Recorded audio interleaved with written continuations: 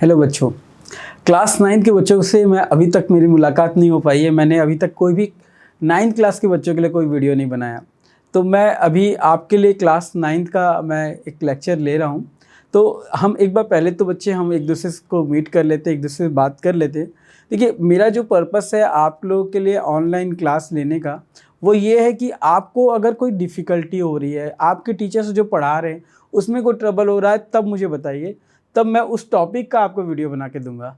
इससे क्या होगा कि देखिए, मैं आपको रेगुलर क्लासेस नहीं ले रहा हूँ, मैं बस आपको बेसिक जो आपकी ट्रबल्स हो रही हैं, जिसमें आप जो चैप्टर आपको उतना कंफर्टेबल नहीं लग रहा है, तो उन सब चैप्टर्स के मैं कुछ कुछ वीडियोस आपको बना के भेज रहा हूँ। तो आप मुझे कमेंट बॉक्स में मुझे मैसेज करिए, सर मुझे ये चैप्टर का ये वीडियो ये टॉपिक मुझे नहीं समझ में आता है, तो मैं आपको एकदम डेफिनेटली आपको क्लियर कर दूंगा। बच्चों, आपका एक चैप्टर है जिसका नाम है कोऑर्डिनेट ज्योमेट्री। बहुत सारे बच्चे लोग को इस चैप्टर में थोड़ी प्रॉब्लम्स हो रही हैं, लेकिन ये चैप्टर बहुत ही इजी है। पता नहीं क्यों प्रॉब्लम हो रही है। मुझे बच्चों ने मैसेज किया है कि सर ये कोऑर्डिनेट ज्योमेट्री थोड़ा सा समझ नहीं आ रहा है।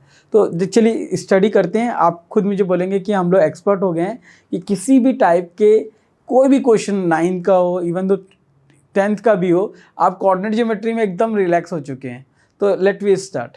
देखिए, कोऑर्डिनेट ज्योमेट्री में दो चीज़ों को समझना पड़ेगा। देखो, दो चीज़ मतलब एक दो टर्म होते हैं, एक x ले लेते हैं, एक y ले लेते हैं। इसमें इनको दो वेरिएबल समझ सकते हैं। देखिए, लेकिन इन दोनों वेरिएबल में एक ऐसी खासियत है कि किसी ना किसी रिलेशन से ये वेरिएबल डेवलप हुए रहते हैं। अब ये रिलेशन क्या होते हैं और ये कुछ फंक्शंस क्या होते हैं, ये सब टॉपिक्स थोड़े बड़े हैं, उसके बारे में डिस्कशन बाद में किया जाएगा। तो जैसे ये एक कोऑर्डिनेट है। कोऑर्डिनेट का मतलब होता है जब हम लोग किसी भी नंबर लाइन में, किसी भी मतलब एक्सिस में, जब हम लोग किसी कोऑर्डिनेट के पॉइंट को पुट करते हैं, वो उसका लोकेशन बताता है। लाइक हमारे पास एक पॉइंट है 2,3। वो क्या इंडिकेट कर रहा है कि जो पहला जो पॉइंट होता है, जिसको हम लोग बोलते हैं, इसको बोलते हैं एफसी का। क्या बोलते हैं? एफसी का बोलते हैं, एफसीसा बोलते हैं। कुछ बच्चे प्रोनाउंसिएशन अलग अलग जगह स्कूल में अलग अलग होता है। तो ये एफसीसा है। और ये क्या है कि ये जो टर्म है इसको बोलते हैं ऑर्डिनेट। यही है एफसीसा और दूसरा क्या है? ऑर्डिनेट। तो ये फर्स्ट टर्म 2 है एंड सेकंड इसका 3 है। तो ये दोनों का पेयर एक साथ हैं, तो कोऑर्डिनेट्स हैं। ये क्या है? कोऑर्डिनेट्स। ये क्या इंडिकेट करता है कि एक्स एक्सिस में इसकी वैल्यू 2 है, जो एफसीसा है, और जो ऑर्डिनेट है उसकी वैल्यू 3 है। कैसा होगा? देखिए, ये मैंने क्या बनाया है, एक axis perpendicular to other axis कर दिया। दो एक्सिस एक दूसरे के ऊपर परपेंडिकुलर हैं। जहां ये दोनों पॉइंट मीट करते हैं उनको बोलते हैं हम लोग ओरिजिन। तो ये पॉइंट जो होगा ओरिजिन पॉइंट होगा, ध्यान दीजिएगा। और ये एक्सिस जो होगा इसको बोलेंगे एक्स एक्सिस। और ये एक्स एक्सिस का इस तरफ, जैसे राइट हैंड पार्ट में अगर जाएंगे तो ये पॉजिटिव एक्स एक्सिस होगा, और लेफ्ट हैंड पार्ट में जाएंगे तो ये नेगेटिव एक्स एक्सिस होगा। इसी टाइप से ये ओरिजिन से ऊपर देंगे, वर्टिकली देखेंगे अपवर्ड, तो ये होगा पॉजिटिव वाई एक्सिस, और ये डाउनवर्ड्स जो होगा नेगेटिव वाई एक्सिस होगा। ठीक है, जैसे मैंने कोई पॉइंट आपको बताया, उसमें देखिए समझेंगे। ये जो ओरिजिन के राइट साइड जाएंगे तो यूनिट्स लेंगे, 1 unit, 2 unit, 3 unit, 4 unit, 5 unit. ऐसे ही लेफ्ट साइड जाएगा तो क्या होगा?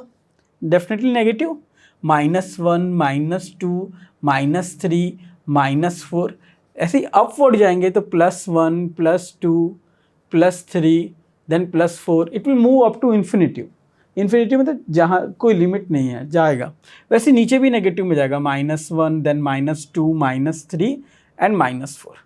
अब देखिए, खास बात यह है कि एक तरीके से एक बॉक्स है, उसको 4 पार्ट में डिस्ट्रीब्यूट हो गया, तो इसको क्या बोलते हैं? क्वाड्रेंट बोलते हैं। इसको क्या बोलते हैं? क्वाड्रेंट। ये फर्स्ट क्वाड्रेंट है, इसको सेकंड क्वाड्रेंट बोलते हैं, इसको बोलते हैं थर्ड क्वाड्रेंट बोलते हैं हम लोग, और इसको फोर्थ क्वाड्रेंट बोलते हैं। ये क्वाड्रेंट है। अब क्वाड्रेंट की खासियत क्या होती है कि जो भी क्वाड्रेंट है वो स्पेसिफाइड है। फर्स्ट क्वाड्रेंट बोलोगे तो एक्स और वाई दोनों की दोनों पॉजिटिव होंगे, तो वो फर्स्ट क्वाड्रेंट में आएगा। जब एक्स नेगेटिव होगा और वाई पॉजिटिव होगा तो वो सेकंड क्वाड्रेंट में जाएगा। अगर दोनों नेगेटिव हैं तो वो थर्ड क्वाड्रेंट में आएंगे, और फर्स्ट पॉजिटिव और सेकंड नेगेटिव होगा तो क्या होगा? वो फोर्थ क्वाड्रेंट में जाएगा। थोड़ा सोच के देखिए कैसे हो रहा है। देखिए, ये नेगेटिव एक्सिस है, एक्स एक्सिस का, ये नेगेटिव वाई एक्सिस है। दोनों को देखो साथ में एक साथ, जब ये इसका कोऑर्डिनेट कहीं पर भी आएगा इस एक्सिस इस क्वाड्रेंट में, वो नेगेटिव नेगेटिव ही होगा। लाइक इफ आई से 1,1, वो क्या इंडिकेट कर रहा है, एक्स एक्सिस से 1 यूनिट और वाई एक्सिस से 1 यूनिट। जब दोनों के दोनों एक पर्टिकुलर पॉइंट पे मीट करेंगे तो वो पोजीशन होगा 1,1 का। जैसे मैंने लिखा 2,3, क्या इंडिकेट करेगा, एक्स एक्सिस में 2, 1, 2 और वाई एक्सिस में 3, 1, 2 एंड 3, इनको मीट करेंगे, ऐसे पैरेलल लाइन बनाएंगे। ये पैरेलल टू एक्स एक्सिस एक लाइन बनेगा और ये पैरेलल टू वाई एक्सिस बनेगा। ये दोनों जहाँ पर मीट करेंगे जो पॉइंट होगा वो पॉइंट होगा 2,3 का। वैसे ही नेगेटिव को कैसे करेंगे, लाइक -3, अगर रहे तब कैसा होगा, तो आप समझ गए हैं। ये देखो -3 यहाँ लिए और यहाँ से -3 लिए, ये दोनों जिस पॉइंट पर इंटरसेक्ट करेंगे तो वो हो जाएगा -3, तो बच्चे थोड़ा समझ में आया। अगर मैं आपको पूछूं तो आप खुद बताना, -3/7 कौन से क्वाड्रेंट में होगा, 4, -5 कौन से क्वाड्रेंट में होगा, 3, -3 कौन से क्वाड्रेंट में होगा, 1, -2 कौन से क्वाड्रेंट में होगा, -2, -2 कौन से क्वाड्रेंट में होगा। ये सब आप डेफिनेटली समझ पा रहे होंगे। अगर दोनों नेगेटिव हैं तो थर्ड क्वाड्रेंट में है, एक्स नेगेटिव वाई पॉजिटिव है तो सेकंड क्वाड्रेंट में होगा, समझ रहे हो, और x पॉजिटिव और y नेगेटिव होगा तो ये फोर्थ क्वाड्रेंट में होगा। इस तरीके से हमें क्वाड्रेंट फाइंड करने के लिए देता है। और एक खास बात, ये पूरा का पूरा जो नॉलेज दिया हूँ, ये इतना नॉलेज सिर्फ 9th क्लास के एक चैप्टर फिनिश करने के लिए काफ़ी है। चैप्टर 9th में बहुत सिंपल और कुछ भी नहीं दिया है, इसके अलावा कुछ खास नहीं लिखा है। तो मैं आपको अब थोड़ा ग्राफ बनाना सिखा रहा हूँ। देखिए बच्चे, लिखा है कि x + y = 4, एक दे दिया है हमारे पास। इसमें ध्यान दीजिए, ये दो वेरिएबल्स हैं और दोनों साथ में कंबाइन हैं। एक x है और दूसरा y है, दोनों का सम करने से 4 आ रहा है। ये ऐसा हो सकता है कि दो नंबर्स को ऐड करने से 4 आए। मे बी पहला नंबर 1 हो, दूसरा नंबर 3 हो, फिर मे बी पहला नंबर 2 हो, सेकंड नंबर भी 2 हो, मे बी पहला नंबर 4 हो, सेकंड नंबर 0 हो, मे बी पहला नंबर -1 हो, सेकंड नंबर +5 हो। तो इस तरीके से बहुत सारी पॉसिबिलिटी इसमें अवेलेबल है, कुछ भी हो सकता है। जब कुछ भी हो सकता है तो इनको वेरिएबल समझा जाएगा, लेकिन कंडीशन क्या है कि दोनों वेरिएबल का जो सम है वो 4 गिवन है। ठीक है, कंडीशन क्लियर। तो अगर मैं y को ट्रांसफ़र करता हूँ, तो ये 4 - y बन रहा है, 4 - y। देखिए, अब देखिए दो वेरिएबल हैं जिनमें से एक ट्रांसफ़र हो चुका है, दूसरा एक जगह पर रखा है। तो जो ट्रांसफ़र हुआ है, जिसके अंदर हम वैल्यू पुट कर सकते हैं, उसको हम लोग बोलते हैं इंडिपेंडेंट वेरिएबल। देखिए, याद रखिए, x और y दोनों के दोनों वेरिएबल्स हैं, लेकिन जो x और y वेरिएबल है जिसमें अब ये जो y है ना, उसके प्लेस में हम कुछ भी रख सकते हैं, कुछ भी, एनीथिंग, -1, -2, 100, व्हाटएवर, उसके रेस्पेक्ट में हमें x मिलेगा, क्योंकि हमारे पास कंडीशन क्लियर है कि दोनों का सम क्या होना चाहिए, 4 होना चाहिए। सो मैंने लिखा x = 4 - y। सो ये इंडिपेंडेंट वेरिएबल है जो y है, और ये x जो होगा डिपेंडेंट वेरिएबल है। क्लियर हो गया, कौन किसके ऊपर कौन इंडिपेंडेंट, कौन। अब बोलोगे सर, अगर मैं ऐसा लिखता कि y = 4 - x, अब बोलो कौन इंडिपेंडेंट है, कौन डिपेंडेंट है। मैं बोलूँगा डेफिनेटली आप सही सोच रहे हो। अगर इसको ट्रांसफ़र करके x की जगह में वैल्यू पुट करोगे तो x क्या हो जाएगा, वो इंडिपेंडेंट हो जाएगा, और y क्या हो जाएगा, डिपेंडेंट हो जाएगा। सो हमें ये देखना है जो मिलने वाला है, जिसको पुट करते हैं वो अपने आप कुछ भी रख सकते हैं, जो मिल रहा है वो आउटकम है, वो फिक्स है। जैसे मैंने बोला कि मैं 1 चम्मच शक्कर अगर मैं कॉफ़ी में डालता हूँ तो 1 चम्मच से, मैं तो इनपुट है वो, 2 चम्मच भी डाल सकता हूँ, 3 चम्मच भी डाल सकता हूँ, लेकिन उससे साथ रिजल्ट में क्या चेंजेस होगा, रिजल्ट में आपकी कॉफ़ी बहुत मीठी होती जाएगी, आधा चम्मच डालोगे तो कम मीठी। तो इस तरीके से जो इनपुट आप डाल रहे हो उसके हिसाब से क्या मिलता है, आउटपुट मिलता है। तो इनपुट के प्लेस में अगर x रहेगा तो x को बोलेंगे इंडिपेंडेंट वेरिएबल, और जो y होगा वो किसके ऊपर डिपेंड कर रहा है, x के ऊपर। x के अंदर कोई भी मान रखोगे उसके हिसाब से y मिल रहा है, so y will be dependent variable. I think it is clear to all. तो मैंने इंडिपेंडेंट वेरिएबल क्या होता है, डिपेंडेंट वेरिएबल क्या होता है और रिलेशन कैसे होता है वो समझाया। अब हम लोग ग्राफ समझने की कोशिश करते हैं। जैसे हमारे पास इक्वेशन है x + y = 4। अगर इसका आपको ग्राफ बनाना है तो पहले तो समझ गए कि ये 2 वेरिएबल इक्वेशन है और वो भी कौन सा है, लीनियर इक्वेशन। कैसे पता चलता है सर लीनियर इक्वेशन है, तो मैं बोलूँगा x और y की जो पावर्स होती हैं वो इंडिकेट करती हैं कि वो लीनियर है, क्वाड्रेटिक है, क्यूबिक है, बाई क्वाड्रेटिक है, वट। सो यहाँ दिया x + y = 4। सो आप क्या लिखेंगे, x = 4 - y। अब y की प्लेस में what ever value you can put, आपको जो पसंद आ रहा है, जो नंबर रखना है रख लो। जैसे मुझे पसंद आया 0 रख सकता हूँ, 1 रख सकता हूँ, 2 रख सकता हूँ। चलो रख के देखो। जैसे ही मैंने इक्वेशन 1 लिख देना, इक्वेशन 1 में y की प्लेस में 0 पुट किया तो मुझे 4 मिला। तो आपको पता चला x 4 है, y 0 है। Be careful, be alert. बच्चे लिखते समय गलत लिखते हैं क्योंकि वो 0 पुट कर रहे हैं, तो ये पहले 0 लिख देंगे फिर 4 लिख देंगे, लेकिन वो नहीं है। पहले आपको याद रखना है, पहले एब्सिसा आता है, देन ऑर्डिनेट आता है। एब्सिसा कौन होगा, ऑर्डिनेट कौन होगा, ऑर्डिनेट y की वैल्यू होगी, y की वैल्यू इसमें 0 होगी और x मिल रहा है दैट इज 4। नेक्स्ट क्या करोगे, व्हेन लिख दो, when y = 1, y = 1 and that case y minus ये क्या होगा, 4 - 1 मतलब 3 आ गया। तो अब क्या समझ में आया, आप 1 पुट कर रहे हैं आपको 3 मिल रहा है, तो ये रिजल्ट मिल रहे हैं। एक और रिजल्ट ले लेते हैं, y = 2 ले लेते हैं, तो x = होगा 4 - 2 दैट मीन्स 2 आ जाएगा। ये 2, 2 इन सभी पॉइंट्स को मीट करके जो मैंने आपको बताया था थोड़ी देर पहले, हमने कार्टेशियन प्लेन में एक्सिस बनाए थे।